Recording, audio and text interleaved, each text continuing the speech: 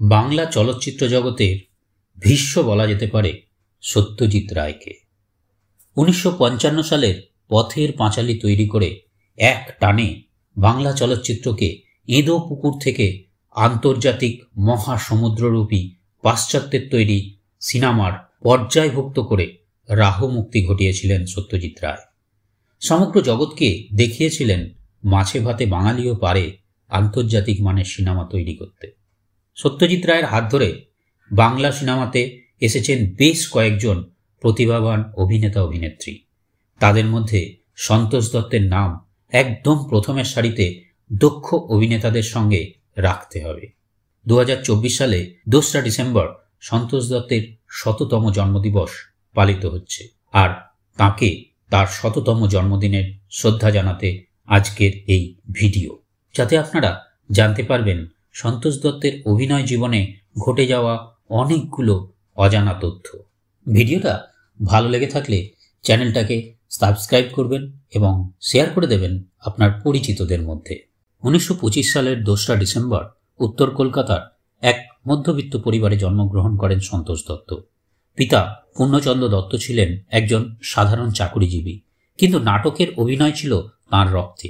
গিরিশ ঘোষের সকল নাটকের বই সংগ্রহ করে রেখেছিলেন নিজের সংগ্রহে, আর মাঝে মাঝে সন্ধেবেলা কাজ থেকে ফিরে ছোট্ট 4 বছরের সন্তোষের সাথে অভিনয়ের মোহরা দিতেন তাঁদের ছোট্ট বারান্দাতে।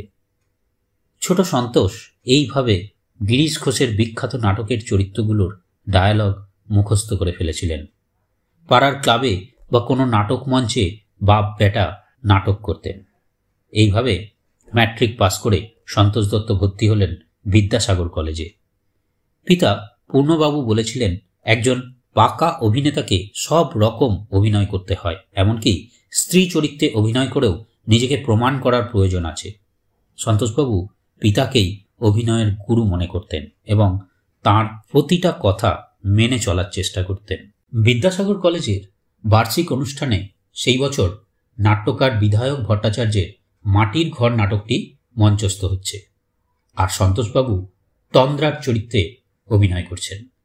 নাটকের শেষ দিকে তন্দ্রার প্রায় পাগলিনী অবস্থা এবং সেখানে তার বোন ছন্দাকে ডাকতে ডাকতে স্টেজ ছেড়ে চলে যাওয়ার দৃশ্যে সন্তোষবাবু পড়লেন মারাত্মক বিড়ম্বনাতে, কারণ শাড়ির আঁচল খুঁজতে গিয়ে সমস্ত শাড়িটাই তার হাতে চলে আসে এবং শেষ পর্যন্ত সমস্ত শাড়ি হাতে করে ব্যাক স্টেজে পৌঁছলে তৎকালীন প্রিন্সিপাল তার ক্লাস নেন। অবশ্যই সেই মনোমুগ্ধকর অভিনয়ের জন্য তিনি সেরা অভিনেত্রীর পুরস্কার পেয়েছিলেন।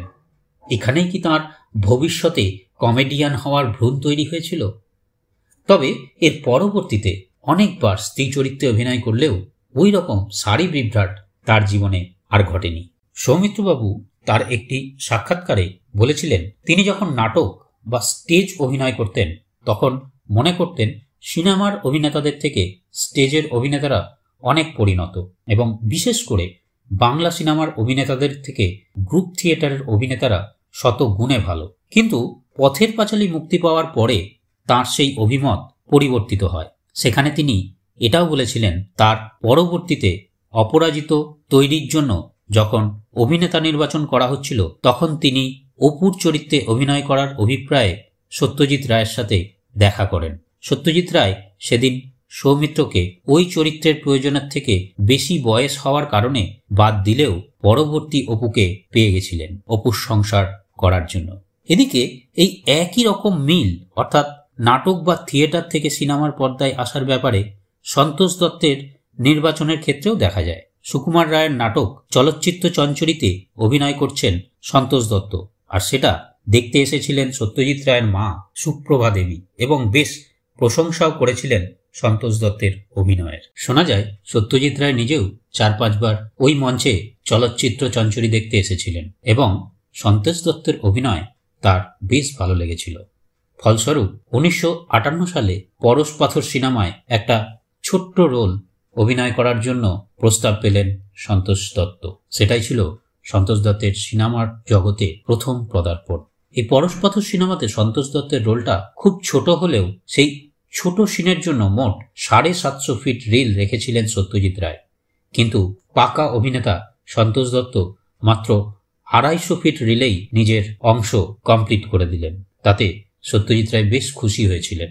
1961 সালে 3 কন্যা সিনেমার শেষ অংশ অর্থাৎ সমাপ্তিতে একটা ছোট রোল পান।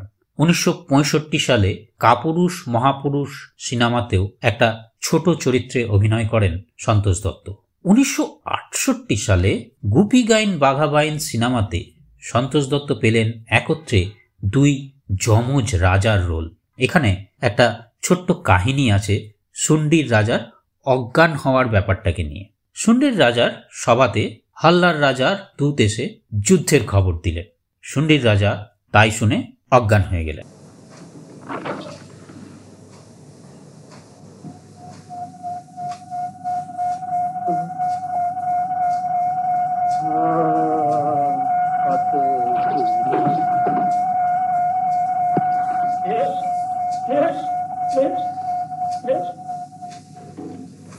সত্যজিৎ রায় এই অংশের শুটিংয়ের জন্য যেদিন সন্তোষ দত্তকে ডেকেছিলেন তার ঠিক আগের দিন স্টুডিও থেকে ফিরে সন্তোষ দত্ত ওই ব্যাপারটা নিয়ে চিন্তা করতে শুরু করলেন যে রাজা অজ্ঞান হবে কি করে, কিছুক্ষণ সময় নিয়ে নাকি ধপ করে পড়ে যাবেন।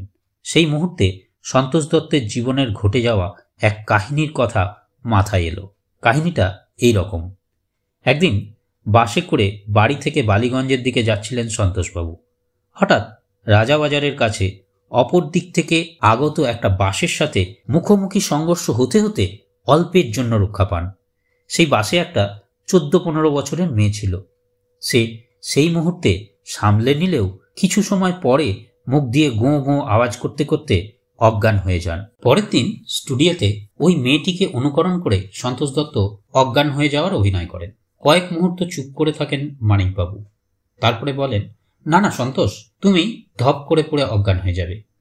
এতে একটু মনক্ষুণ্ণ হলেও পরে সন্তোষ দত্ত ব্যাখ্যা করেন সত্যজিৎ রায় সেদিন ঠিক ছিলেন। তার কারণ বাসের মেয়েটা একটা অ্যাক্সিডেন্ট ঘটতে ঘটতে না ঘটার ফলে কিছুক্ষণ পরে অজ্ঞান হয়। তার মানে হঠাৎ শক নিয়ে কিছু সময় ধরে নার্ভকে সে ধরে রেখেছিলেন।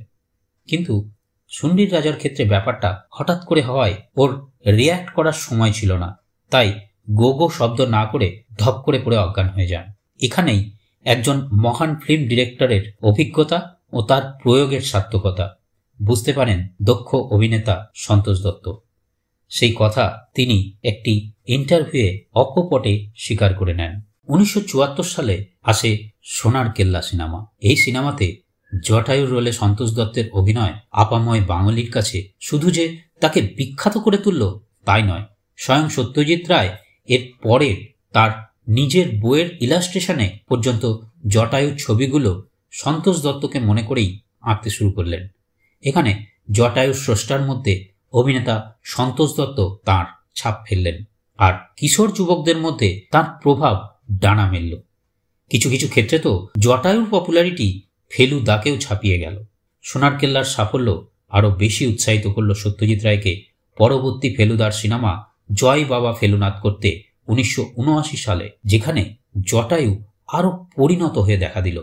এখানে মগনলাল মেঘরাজের ঘরে সেই ছুরি খেলার দৃশ্য কে ভুলতে পারে। অর্জুন রূপে কামু মুখার্জি এক এক করে ছোঁড়া ছুটছেন জটায়ুর দিকে, আর জটায়ু চোখ বুজে দাঁড়িয়ে ভয়ে অজ্ঞান হয়ে গেছে। এই শুটিংয়ের ঠিক আগের দিনের ঘটনা।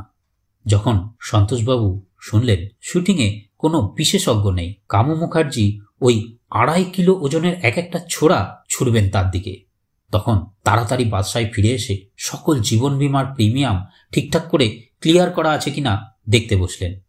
দেখলেন কয়েকটা প্রিমিয়াম দেওয়া নেই, আর ব্যাংকে অত টাকাও নেই যে পরের দিন সব প্রিমিয়াম ক্লিয়ার করে রাখবেন। নিরুপায় হয়ে দীপঙ্কর দেকে ফোন করতে লাগলেন। দীপঙ্কর দে, যার ডাকনাম টিটো, তিনি নাকি জ্যোতিষ চর্চা করতেন এবং অপঘাতে মৃত্যু আছে কিনা সেটাই জানার আগ্রহে প্রায় 7 বার ডায়াল করে ব্যস্ত ডায়ালটন পেয়ে হতোদ্যম হয়ে বসে পড়লেন সন্তোষবাবু। এই সময় তার স্ত্রী পাশের থেকে সব ব্যাপারটা লক্ষ্য করছিলেন। সন্তোষবাবুকে বেশ কৌতুক করে তার স্ত্রী তার হতোদ্যম হওয়ার ঘটনা জিজ্ঞাসা করায় বেশ ক্লান্ত গলায় জানালেন 7 বার ডায়াল করার কথা। মুচকি হেসে সন্তোষবাবুর স্ত্রী বললেন, কি করে টিটোকে পাবে? তুমি তো এতক্ষণ ধরে তোমার নিজের নম্বর ডায়াল করে চলেছ। যাই হোক, পরের দিন সেটে গিয়ে সন্তোষবাবু অবাক হয়ে দেখলেন সত্যজিৎ রায়ের অবাক করা কারিগরি। সেদিন ছুরি গাঁথা বোর্ডের সামনে সন্তোষবাবু চোখ বুজে দাঁড়িয়েছিলেন, আর নাইলন দড়ির সাহায্যে ছুরিগুলোকে এক এক করে টেনে টেনে বোর্ড থেকে উপড়ে নেওয়া হলো এবং ফিল্মটা উল্টো করে চালিয়ে সেই অদ্ভুত ও অসাধারণ দৃশ্য তৈরি করা হলো। 1980 সালে সত্যজিৎ রায় ও সন্তোষ দত্তের শেষ সিনেমা এলো হীরক রাজার দেশে। সেখানে যমজ রাজা ছাড়াও গবেষক গবুচন্দ্র জ্ঞানতীর্থ, জ্ঞানারত্ব, জ্ঞানবুদ্ধি, জ্ঞান চূড়ামণির চরিত্রে গবেষক গবুচন্দ্র জ্ঞানতীর্থ, জ্ঞানরত্ন, জ্ঞানাম্বুধি, জ্ঞান চূড়াম। আবার দেখা গেল সন্তোষ দত্তকে। আসলে এই ক্ষেত্রে গল্প ছিল সত্যজিৎ রায়ের। তার উপর এইরকম ধরনের গবেষকের ব্যাপারে পূর্ব অভিজ্ঞতা না থাকাতে ওই চরিত্রের কথাগুলোর ডেলিভারি কেমন হবে সেই ব্যাপারে সন্তোষ দত্ত বেশ চিন্তিত ছিলেন। ভয়ে ভয়ে সত্যজিৎ রায়কে ফোন করলে উত্তর পেলেন, হবে হবে, ঠিক হবে, ফ্লোরে চলো, সব ঠিক হয়ে যাবে। ফ্লোরে গিয়ে অনন্তবাবু যখন গবেষকের মেকআপ করে দিলেন, সেই সময় আয়নার সামনে দাঁড়িয়ে সন্তোষ দত্ত খুঁজে পান সেই গবেষক চরিত্রকে, যা হীরক রাজার দেশে সিনেমার গবেষককে অমর করে দিয়েছে। এছাড়া সন্তোষবাবু তার অভিনয় জীবনে মোট 54টা সিনেমাতে অভিনয় করেছেন, বেশ বড় বড় পরিচালকদের সাথে, যথা তরুণ মজুমদারের গণদেবতা, শ্রীমান পৃথ্বীরাজ, তপন সিনহার এক যে ছিল দেশ, দীনেন গুপ্তের মর্জিনা আব্দুল্লাহ প্রভৃতি। অর্থ যাদের আছে তাদের কাছে অর্থহীন নয়, যাদের নেই তারাই কেবল অর্থ খুঁজে পায় না। সন্তোষ দত্তের তিরোধানের পরে সত্যজিৎ রায় জটায়ুর অভাবে আর ফেলুদার কোনো গল্প সিনেমা করেননি। অনেকটা বড় খেলোয়াড়রা খেলা ছেড়ে দিলে তার নম্বরের জার্সি তুলে রেখে দেওয়ার মতন সম্মান দিয়েছিলেন ফেলুদার স্রষ্টা। নমস্কার, সবাই ভালো থাকবেন। हमको बहुत बहुत शुक्रिया।